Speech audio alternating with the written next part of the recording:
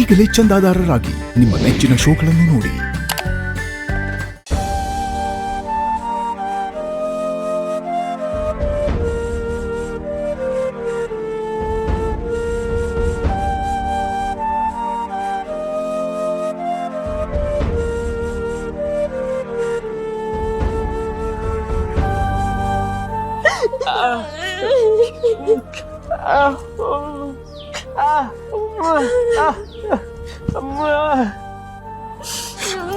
ಏನಿದೆಲ್ಲ ಬಗ್ಗೆ ಇಷ್ಟೆಲ್ಲ ಆಗೈತೆ, ನೀ ಏನು ಆಗಿಲ್ಲ ಅಂತ ಹೇಳ್ತಾ ಇದೀಯ.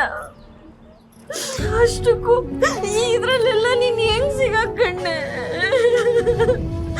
ಆ ಪ್ರಕಾಶ್ ಅಣ್ಣ ನೋಡಿದ್ರೆ ನೀನೆಲ್ಲೋ ಚಿತ್ರದುರ್ಗದಲ್ಲಿ ಕೆಲಸ ಮಾಡ್ತಿದ್ಯ ಅಂತ ದುಡ್ಡು ತಂದು ಕೊಟ್ರು.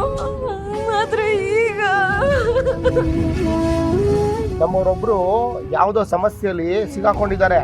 ನೀನು ಅವ್ರ ಪರವಾಗಿ 3 ದಿನ ಸ್ಟೇಷನ್ ಅಲ್ಲಿ ಇರ್ಬೇಕು. ಆಮೇಲೆ ಅವರೇ ನಿನ್ನ ಬಿಡಿಸ್ಕೊಂಡ್ ಬರ್ತಾರೆ, ಕೈ ತುಂಬಾ ದುಡ್ಡು ಕೊಡ್ತಾರೆ. ನೀನ್ ಕಾಣಿಸ್ತಿಲ್ಲ ಅಂತ ನಾನು ಎಲ್ಲೆಲ್ಲ ನಿನ್ನ ಹುಡುಕ್ದ ಗೊತ್ತಾ? ನೀನ್ ಸಿಗ್ದಿರ ನನ್ಗೆ ಜೀವನೇ ಹೋದಂಗಾಗಿತ್ತು. ಅಲ್ಲ ವೆಂಕಿ, ನಿನ್ ಕೆಲ್ಸಕ್ಕೆ ಹೋಗೋನು ಒಂದೇ ಒಂದ್ ಮಾತು ನನ್ನ ಹತ್ರ ಹೇಳೋಗ್ಬೇಕಲ್ವೇ?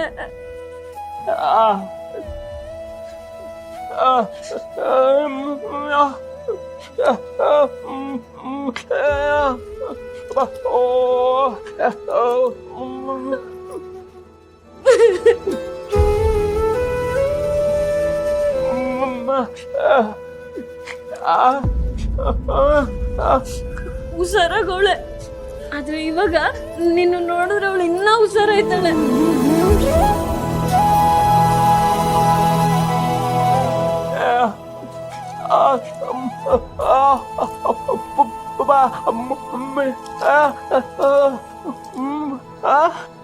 ಗೊತ್ತಿಲ್ಲ, ಆದ್ರೆ ನಾನಿನ್ನ ತುಂಬಾ ಹುಡುಕ್ದೆ.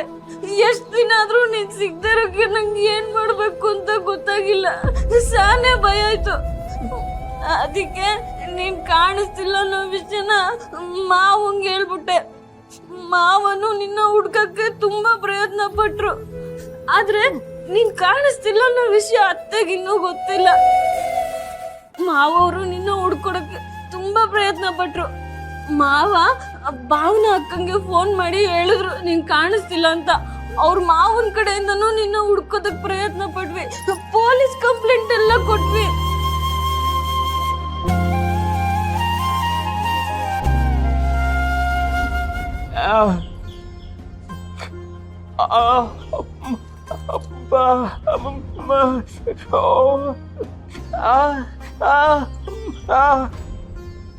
ಅದೇನ್ ಚೆನ್ನಾಗವ್ರೋ ಏನು ಪಾಪ ಅತ್ತೆ ಮಾವ, ಅವ್ರಿಗೆ ನೆಮ್ಮದಿ ಅನ್ನೋದೇ ಇಲ್ಲ. ಹರೀಶ್ ಬಾವ ಬೇರೆ ಮನೆ ಮಾಡ್ಕೊಂಡು ದೂರ ಹೋಗೋರೆ. ಹರೀಶ್ ಬಾವ ಬೇರೆ ಮನೆ ಮಾಡ್ಕೊಂಡು ಹೊಂಟೋಗ್ಬಿಟ್ರು. ಇನ್ನು ಸಂತೋಷ್ ಬಾವನ್ ಬಗ್ಗೆ ನಿನ್ಗೆ ಚೆನ್ನಾಗ್ ಗೊತ್ತು. ಇದೆಲ್ಲ ಸಾಲದು ಅಂತ ಜಾನ್ವೇವರು ಸಮುದ್ರ ನೋಡ್ಬೇಕು ಅಂತ ಆಸೆ ಪಟ್ರು. ಕರ್ಕೊಂಡು ಹೋದೆ. ಅಲ್ಲಿ ಕಾಲ್ ಜಾರಿ ಸಮುದ್ರ ಬಿದ್ದುಬಿಟ್ರು.